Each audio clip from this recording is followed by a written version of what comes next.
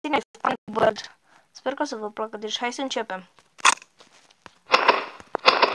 După că știți jocul Funny Bird e ca Flappy Bird. De noi îl filmăm. Deci asta să dau sonorul mai ce mă cam deranjează. Hai să facem. Atât.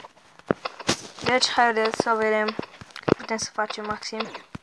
De-abia am venit de la școală, e ora 1, cred, sau 2. Mă pot uita acum.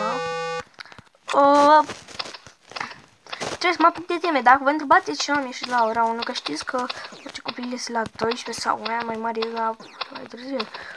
Eu am intrat la 12, nu la 12, la ce oră trebuie să intri. Și pe mine m-a mai ținut o oră, fiindcă am avut ăla, cum se numește, nu mai știu cum se numea. Nu știu cum se numea.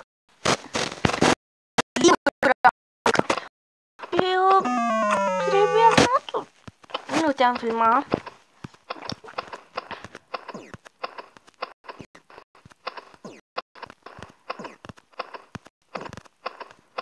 5, 6, 7, 8, 9.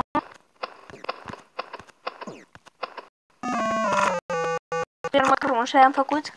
Hai să noi încercăm.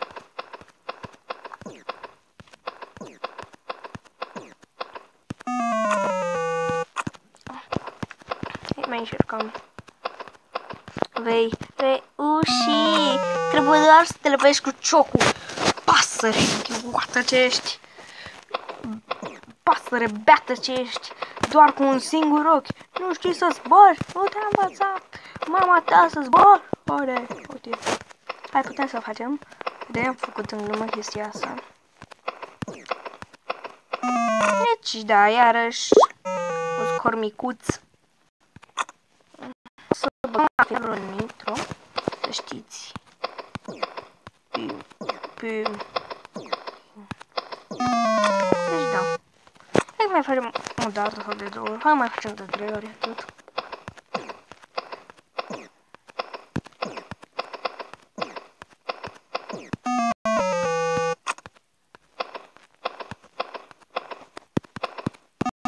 Da, am picat.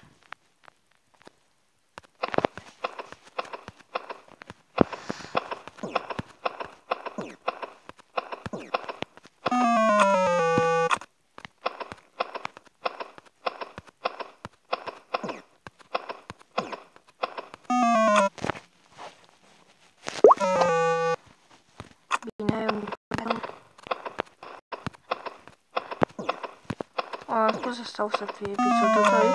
Deci nu mă las până nu fac un scor mai mare. Nu mă las.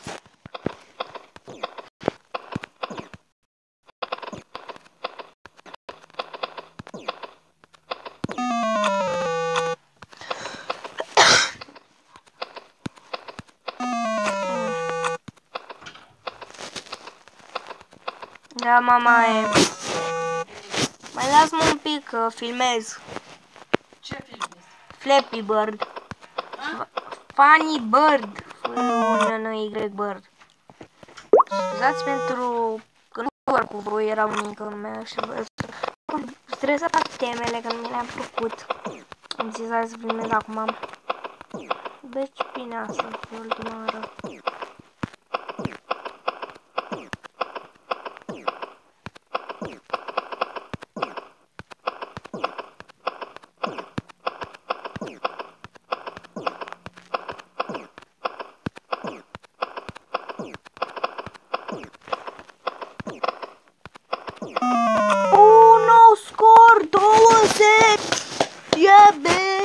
Mamă, un nou scor, deci noi o să ne oprim aici. Dacă v-a plăcut să dați like, să dați share și noi ne revedem data viitoare. Bye, bye!